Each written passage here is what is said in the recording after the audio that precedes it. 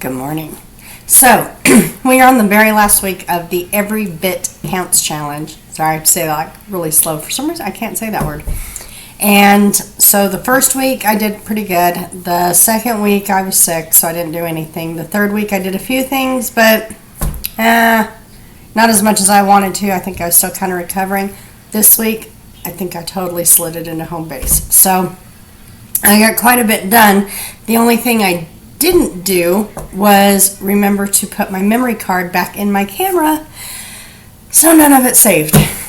And the camera itself only holds like a couple pictures or something, or I don't know, but I can't figure out how to get them off the camera without the memory card into the computer. So, that being that, I thought, well, how am I going to show them what I did? So I'm just going to show you basically the jars of what I did and kind of tell you through the rest of it. I got a bunch of celery canned. What I do with this is I add this to stews. You don't have to drain it or whatever. You just, take off your lid and dump it in your stew pot. So I got a bunch of those done. I got some of our pork roasts from the freezer and got them canned up. Now, one thing about canned meat, it looks disgusting, but it tastes really good. So I can drain this out and shred it up and use it for like a shredded pork burrito. I can make stews and stuff with it. Like, you can do all kinds of different things. It's just pork. So you can make whatever meals you normally make with your pork. But yes, canned meat, as you can see, looks disgusting, but it does taste really good. I got some pickles done. I did dill and bread and butter. I've got more cucumbers coming out of the garden, so that I will be doing those.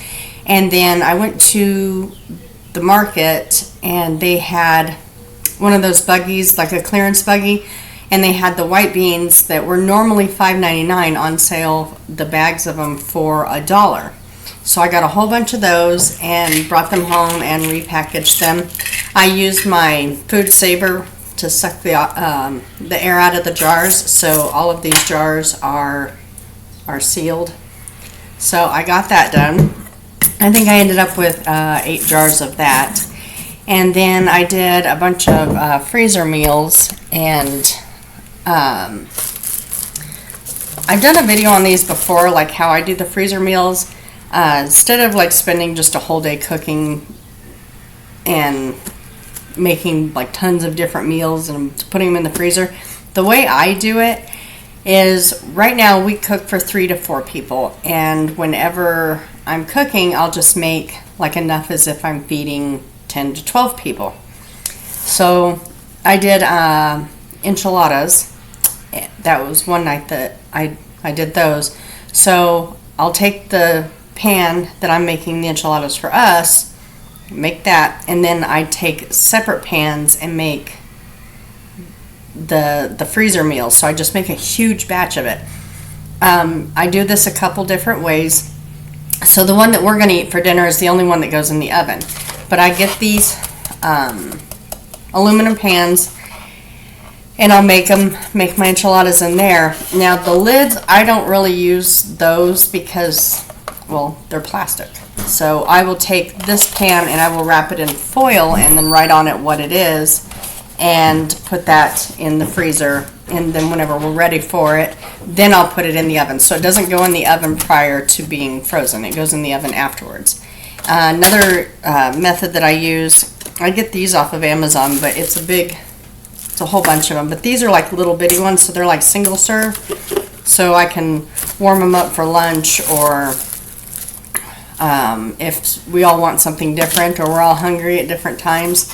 So they're littler ones, but they come with the little cardboard thing. So whatever you make for dinner, you can put them in here. You can even put your leftovers in these. And then I always put it with the foil side down so that I can write on here, which is probably how you're supposed to do it. But then whenever you're ready to eat it, you just take this piece off, pop this in the oven, and reheat it. So you could use these for leftovers as well, and then it makes you a bunch of freezer meals. And like I said, it comes in handy, especially when everybody's hungry at different times, or everybody's home at different times, and that way they still get home cooked meals for dinner. So I got that done, and I've got, like, today's only August 28th, so August isn't really over yet. We've still got a couple more days, but I've got a bunch of stuff coming out of the garden that I'm going to take care of today. I've got some bell peppers that I'm going to flash freeze for fajitas. And what I mean by flash freeze, I don't know, for those of you that don't know this term. So basically you take your bell peppers and you slice them up or whatever, however you're going to do them, and you put them on a cookie sheet. And then you put that cookie sheet in the freezer, and then once they're frozen, you take them off the cookie sheet and put them in a bag or whatever container that you're going to be using, and then you put them back in the freezer. What that does is it freezes them separately, so you can just take out however much you need for that particular meal, and they're not all like stuck together. They're not squished together because they've been frozen separately. That was my son. He's so sweet. Kind of sneaks out the door, so he's all quiet. But so I'll do that with the bell peppers. I've got some squash and zucchini I need to get in the freezer, and I was noticing I have some onions that are getting to. They're not bad yet. They're just getting to a point where, you know, they either need to be used up or something. So I think I'm going to go ahead and get those sliced up, get those put into the dehydrator. I do still have tons of basil and parsley and mint coming out of the garden, so I need to get that in the dehydrator as well. So I'm going to finish out the whole Every Bit Counts challenge, but this is going to be the last video for that.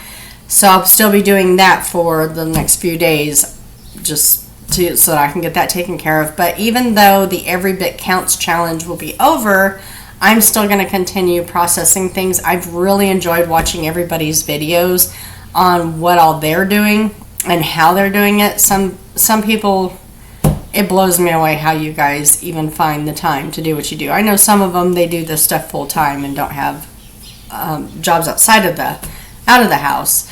But I've seen some that they still are working outside of the house full time and still managing to do like insane amounts of stuff. So it's just awesome, and it's given me a lot of ideas on different ways of preserving as well.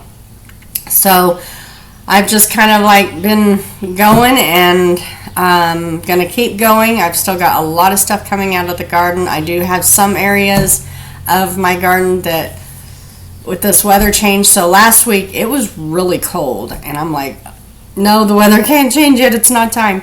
So I was getting a little nervous, but we're back up into the warmer temps, so I'm really hoping that the weather holds out at least another 3 weeks. I've got so much stuff that just needs a little bit more time. My tomato plants are like exploding with tomatoes, but they're not red yet.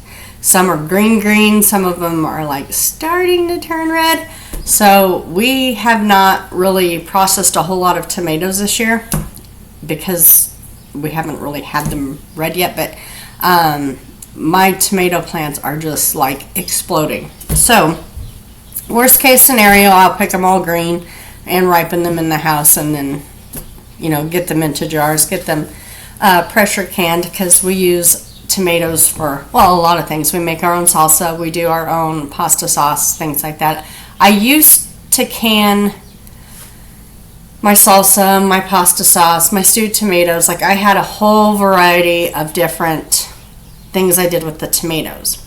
Throughout the years, one thing that I've learned, to me, for my personal use, that's a lot easier, is, you know, I make my salsa because that's separate.